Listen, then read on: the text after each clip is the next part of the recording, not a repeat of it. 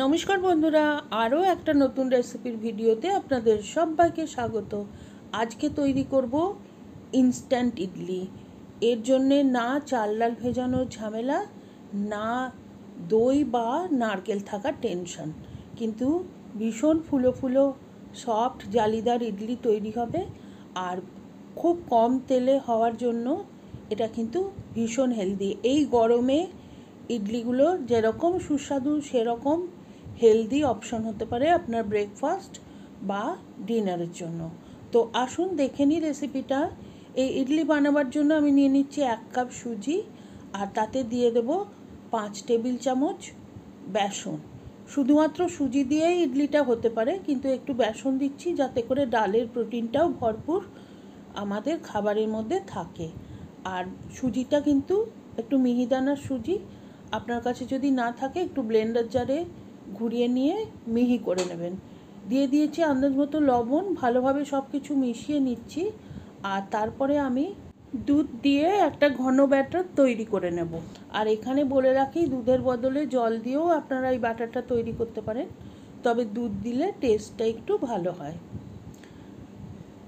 আর আমি এখানে যেহেতু 1 কাপ সুজি নিয়েছি, তো আমি এখানে প্রায় 1 কাপের থেকে একটুখানি বেশি দুধ লেগেছে, আর বাকি দুধ আমি রেখে দিয়েছি, আরও পরে দিতে হবে। দিয়ে দিয়েছি 1/4 চা চামচ, মানে হাফ চামচেরও হাফ হিং, আর ভালোভাবে মিশিয়ে নিয়েছি। এখন দিয়ে দেবো 1 টেবিল চামচ মতো সাদা তেল।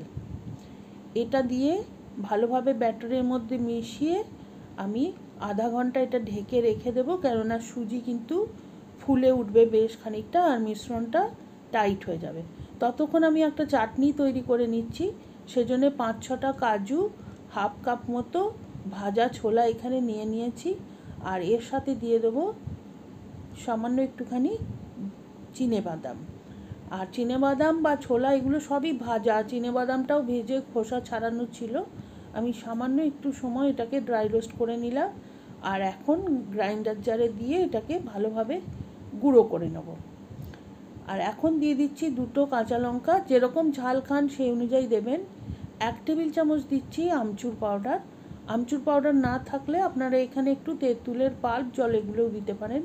সামান্য জল দিয়ে মিশ্রণটা বানিয়ে নিলাম, আর এখন বাটির মধ্যে ঢেলে নিচ্ছি। চাটনিটার যেরকম কনসিস্টেন্সি চান সেই অনুযায়ী আপনি একটুখানি জল দিয়ে এটাকে পাতলা করে নেবেন। দিয়ে দিলাম আন্দাজ মতো বিট লবণ। এখানে আমি নর্মাল লবণ দিচ্ছি না, বিট লবণ দিচ্ছি, এতে করে চাটনির টেস্টটা আরও ভালো হয়। সব কিছু মিশিয়ে রেখেছি। এখন চাটনির জুতে একটা ফোড়ন দেব। সেজন্য কড়াইতে সাদা তেল গরম করে সামান্য একটু হিং, 2টো শুকনো লঙ্কা একটু কুচি করে দিয়েছি। এর সাথে দেব 1/4 চা চামচ রাই বা কালো সর্ষে, আর একটুখানি কারি পাতা। সব কিছু খুব ভালোভাবে ভেজে নেব। আর সর্ষেটা কিন্তু চটপট করে ফুটে উঠবে, সেজন্য একটু চেপে চেপে দিতে হবে। আর এইটা ভালো মতো ভাজা হয়ে গেলে আমি চাটনির মধ্যে দিয়ে দেব, এবং ভালোভাবে মিশিয়ে নিলেই খুব সুন্দর একদম ক্রিমি চাটনি তৈরি হয়ে গেল। এই চাটনিটা কিন্তু খেতে খুব ভালো হয়, আর আপনারা বুঝতেই পারবেন না যে এর মধ্যে কোনো নারকেল বা দই নেই। তো এখন আমি চলে এসেছি ইডলির ব্যাটারটা নিয়ে। দেখুন, ইডলির ব্যাটারটা কিন্তু বেশ অনেকটা ঘন হয়ে গেছে, সুজিটা ফুলে উঠেছে। তো আমি এখন বাকি দুধটা দিয়ে দেব। 1 কাপ সুজির জন্য আমার এখানে 1.5 কাপের মতো দুধ লেগেছে। এই রকম একটা ব্যাটার তৈরি হয়ে গেছে, দেখতেই পেলেন কনসিস্টেন্সিটা। এখন 1/4 চা চামচ দিয়েছি বেকিং সোডা, তাতে সামান্য একটুখানি লেবুর রস দিয়ে আমি ফেটিয়ে নিচ্ছি, এতে করে ইডলিটা বেশ ফুলে ফুলে হবে। এই জায়গায় আপনারা চাইলে হাফ চা চামচ ইনোও দিতে পারেন।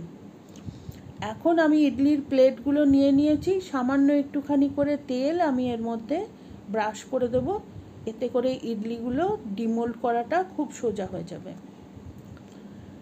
এখন আমি অল্প অল্প করে যে ব্যাটারটা তৈরি করেছি সেটা এই ক্যাভিটিগুলোর মধ্যে দেব। পুরো ক্যাভিটিটা কিন্তু ভর্তি করা যাবে না, কেননা ব্যাটারটা ফুলে উঠবে। তো অর্ধেকের থেকে একটু বেশি করে আমি ব্যাটারগুলো দিয়ে দিচ্ছি। আর এইভাবে সমস্ত প্লেটগুলো আমি তেল ব্রাশ করে তারপরে ইডলির ব্যাটার দিয়ে ভর্তি করে নিচ্ছি। আর আমি কিন্তু একটা কন্টেনারে জল গরম করতে দিয়েছি। আর এখন এই প্লেটগুলো আমি তার মধ্যে বসিয়ে দেব আর ঢাকনা দিয়ে 10 থেকে 12 মিনিট স্টিম করতে দেব।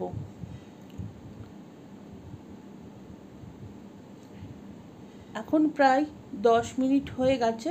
আমি এখন ঢাকনাটা খুলে নিলাম আর দেখুন, দেখেই বোঝা যাচ্ছে ইডলি কিন্তু তৈরি হয়ে গেছে, ফুলে উঠেছে। এখন আমি এগুলো বের করে নিলাম আর সামান্য 2-4 মিনিট বাদে প্লেটটা একটু ঠান্ডা হলে এইভাবে হাতে করেই ইডলিগুলো বের করে নেওয়া যাবে। আর কতটা নরম হয়েছে, জালিদার সফট হয়েছে দেখেই বুঝতে পারছেন। তো এইভাবে সমস্ত ব্যাটার থেকে আমি ইডলিগুলো তৈরি করে নিয়েছি। এখন 2 রকম চাটনির সঙ্গে সার্ভ করে দিচ্ছি। লাল চাটনির রেসিপিটা আপনারা দেখতে চাইলে উপরের লিঙ্কে দিয়ে দিলাম, রেসিপিটা আপনারা দেখে নিতে পারেন। আর সাদা চাটনিটা তো এক্ষুনি বানিয়েছি, আপনারা দেখেই নিয়েছেন। বা আপনারা চাইলে এটা সম্বরের সাথেও পরিবেশন করতে পারেন। অবশ্যই একবার ট্রাই করে দেখবেন, জানাবেন কেমন লাগলো। আর রেসিপিটা ভালো লাগলে please like, share and subscribe my channel.